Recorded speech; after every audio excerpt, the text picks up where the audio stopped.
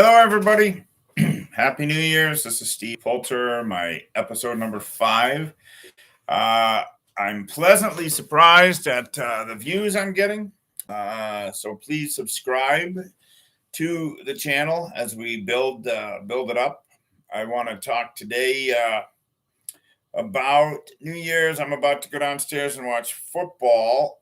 So I wanted to talk about what's happening in college football, how players are going to be able to basically make money from endorsements, from selling their image, selling their jerseys. I think it's still kind of being played out, but I do think it's a tremendous opportunity.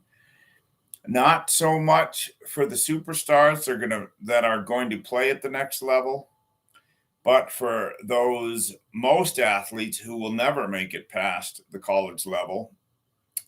This is a tremendous opportunity. I do want to dive a little deeper here. It's a tremendous opportunity for some of our African American brothers and sisters and other minorities who may not have the opportunities awaiting for them if they don't make their top level, if they don't go pro. A lot of these players maybe aren't going to be able to capitalize off the college education, and this even goes to non-scholarship athletes. I had absolutely planned on speaking about race as we get into things. It's a topic very, very close to my heart. We're going to talk about that.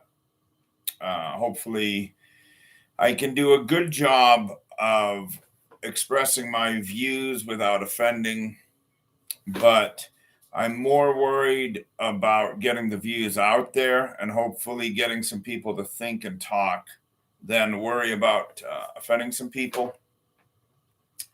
I do think that this is a great opportunity, like I said, for most college athletes who will never play again after college. And again, if you're a white college athlete that gets a full ride scholarship, now you've got no excuse. You've got a degree paid for by the university, and you can use that degree.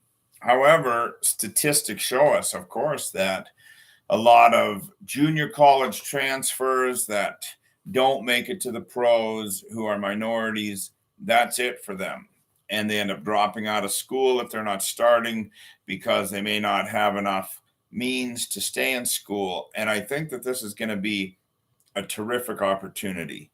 I'm going to talk more about it later, but I think that we are in a position to use this to start to address the role that athletes play in our lives. We all know they're not role models.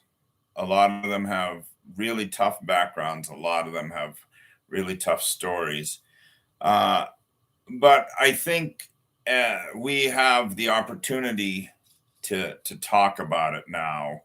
And if there's a minority athlete who's able to sell their likeness, their image, some endorsements, and don't make the pros, more power to them. Do it all day long. I think we still have just so much room, so much to go as far as race relations in our country. Me as a white man, I can't pretend. I will never begin to pretend that I can understand anything that our minority brother and sisters go through. I did watch Herb Street's talking this summer about race relations and how he broke down, and he actually, I think, got some flack about that. If watching him talk about race relations didn't affect you, check yourself. I am an emotional person. I have a stepdaughter who I've been with since she was 2 years old. She's 14 now. She's part African American. We have fortunate enough to have some dear family friends who are African Americans. And so this is something I am going to speak about a lot. And I hope it doesn't offend anybody. It's my show. I guess you won't watch if it does. I don't care that much if it does, if it gets some conversation going. But I look at this opportunity as I'm about to go watch football, that next year, somebody who's a great student, a great athlete, but not quite good enough to make the next level, can maybe capitalize and get some payment, some foundation for some maybe some money to invest for his family. That, hey, I'm not going to make the pros, but I'm a good kid, and somebody wants me to wear their shirt, and somebody wants me to wear their logo, and I'm going to be able to capitalize off that for my family. So that's what I'm talking about today. How long have I been talking? About 5-6 minutes. So again, I mentioned before, I'm going to probably go from, I was talking 3 to 5 minutes before. I'm going to probably go from 5 to 10 minutes now. So we're getting into that range. I am going to go watch my alma mater, the University of Utah, and the granddaddy of them all, right? The Rose Bowl against the Ohio State University. My prediction is the U is going to crush them. There are a couple players on Ohio State that are sitting out, which that is their prerogative. I may not agree with it, but I'm not about to sign a multi-million-dollar deal. And if I get a broken knee during a game, all that disappears. So while I don't agree with it, the way it's handled, maybe there could be some restrictions. I do understand it to a point. Because of that, I see the University of Utah crushing Ohio State University in the Rose Bowl. And I see more and more next year, we're going to see these college athletes